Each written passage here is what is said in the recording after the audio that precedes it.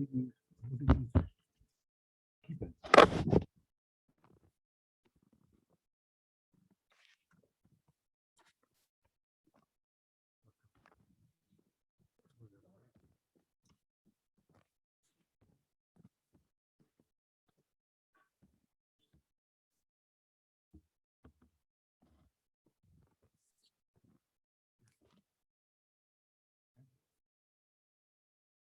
Good evening, everyone.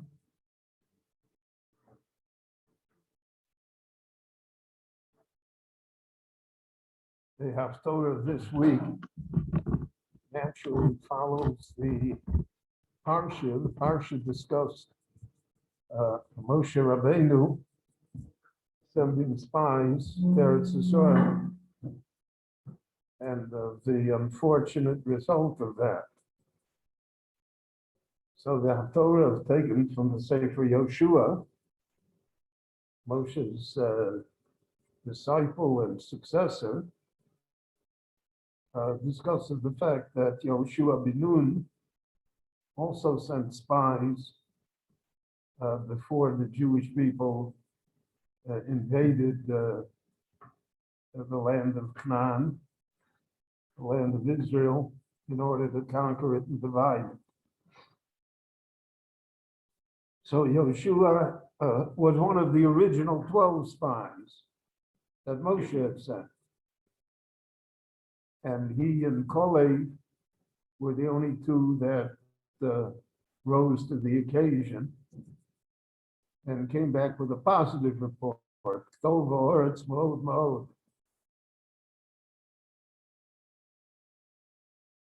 The others came back with the negative report. The Jewish people adopted the negative report. That generation was consumed in the desert. Now it's a new generation. Yoshua is the leader. So why does Yoshua send spies? We saw that the first attempt was disastrous. Not only that, he was one of the spies. He knows Eretz Yisrael. He was there. What are they going to tell him differently than what he himself saw?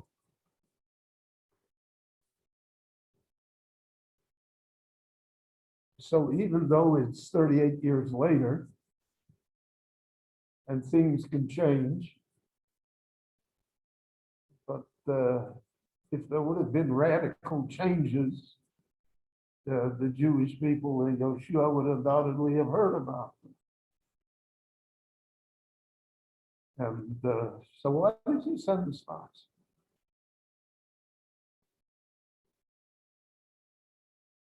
So there are different, as usual, different ways of looking at this. One way is to correct the error.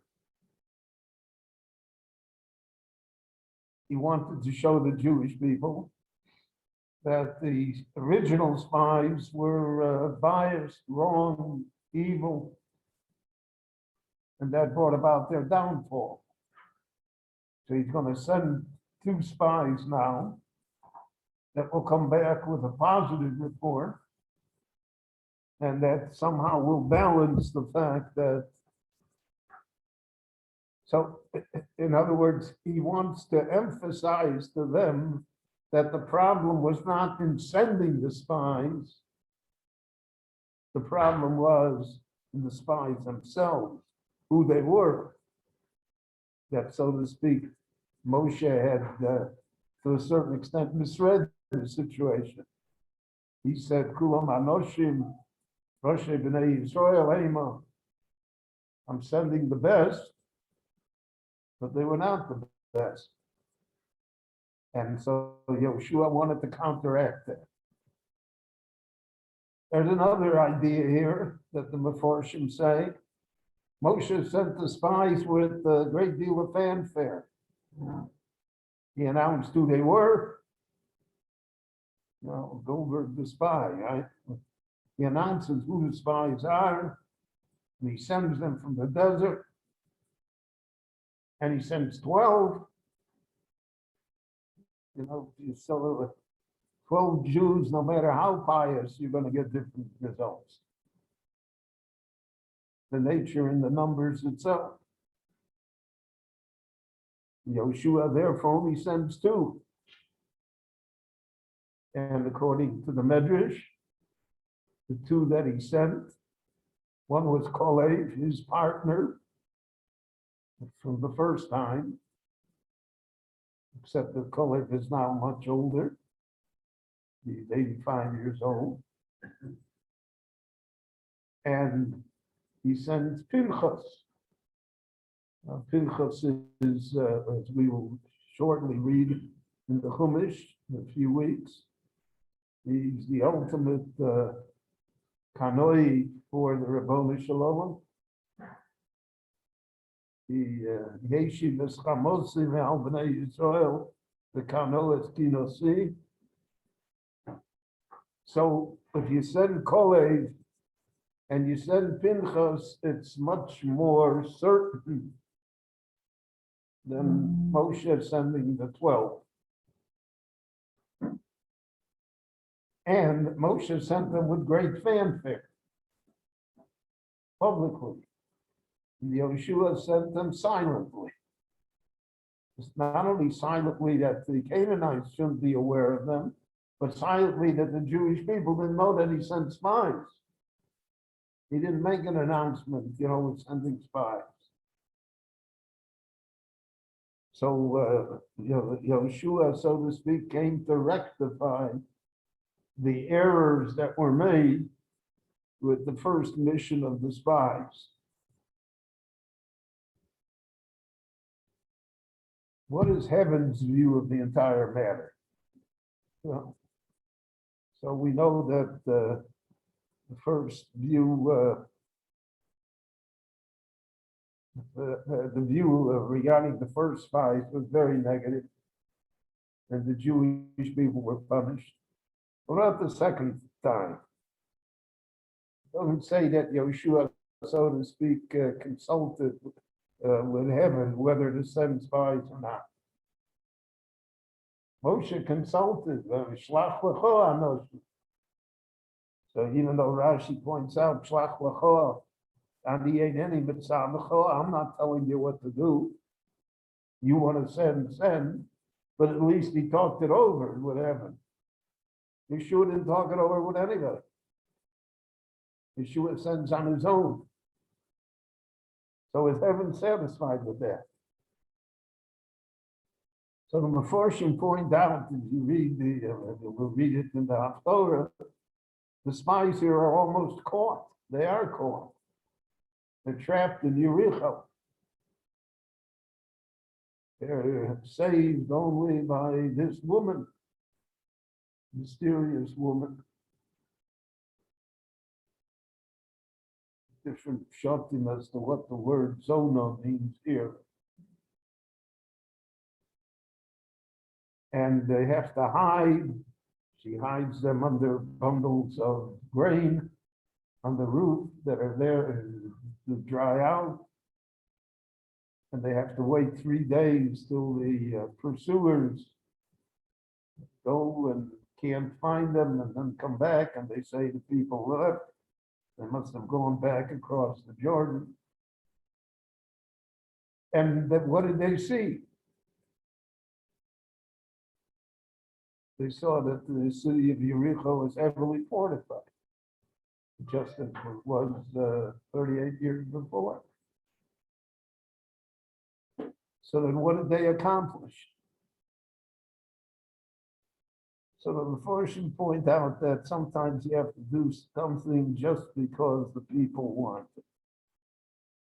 Yoshua is just entering into his leadership role. Yoshua feels inferior to Moshe. Anybody succeeding Moshe would feel inferior to Moshe. And the Jewish people said about it, Pnei Moshe, Pnei Chama. Moshe was like the sun, Pnei Yoshua, Pnei Lavona. He's only like the moon, it's only reflected glory. In other words, there's no Yoshua, there's only the fact that he reflects what Moshe gave him. But he himself is not the man. And Yoshua feels that. And he feels the public pressure. And he needs that the Jewish people, everybody should be on the same page, so to speak, in order for this venture to be successful. You can't go to war and half the people don't want it. So therefore he sends the spies, because that will give him legitimacy in the eyes of the people that he's leading. But he sends the right spies. He sends Kalev, who in the first go around went to Hebron to pray about Avram, Yitzchak, and Yaakov, Sarah, Rivka, Rachel, Rivka, Leah. And he sends Pinchas, who is the great Kanoi, that's willing to risk his life against evil and to accomplish this by Hashem. So to speak, he's playing it conservatively on all ends. He's satisfying the people, but he's not really sending spies, because these two, their minds are also made up before they went. The Kalev already said, Tova Oretz Mod Mod. Pinchas is ready to do anything in the cause of Hashem. So all of this is an exercise, so to speak, in leadership. How Yeshua becomes the leader. And the Meforshim say, it said in the Pasuk in Yeshua, that all the days that Yeshua was alive, the people felt that Moshe Rabbeinu was still alive. And that his quality of leadership was such that he had the same authority like Moshe. When Yeshua passes on, and we get to the period of the Shoftim, and we don't find people like that again until we come to Shmuel Hanavi, the last of the Shoftim, 300 years later. There it will say Moshe V'Aaron B'chol Anon, Shmuel B'Kol Shmo. There Shmuel will be like Moshe and Aaron. In terms of authority, in terms of how people felt they were being led, in terms of the accomplishment that the leader is supposed to bring. So this week's Haftorah has in it all of these elements. And the Tanakh describes it in its inimitable fashion, very sparsely, without exaggeration. In order to get a greater picture, you always have to see what the Medrash has to say, what Chazal had to say, what later commentators have to say. But the outline is clear as to the difference between the spies of Moshe and the spies of Yeshua. And since the outline is clear what the difference was in the spies, so we can appreciate why there was such a great difference in the report. Because when they came back, they could have said, we almost got caught. They have a wonderful intelligence service. They have a big army. We can't do it. And they have this great fortress of Yericho. And they didn't say any of that. But they reiterated what Kalev had said originally. He told the Oretz Mod. It's very good. This is our land. And we're going to accomplish here. So that's part of the insight in the connection of the Haftorah to the Parsha, in order to give us this understanding of what happened with Moshe Rabbeinu, and later what happens with Yoshua ben Nun. Rabbi Chananya ben Akash Omer Ratzah HaKadosh Baruch Hu V'Zakir Sis Yisrael V'Ficha Chir Bo Lahem Torah Mitzvot Shenemar Adonai Chafetz Man Tzidkau Yagdil Torah V'Yachid.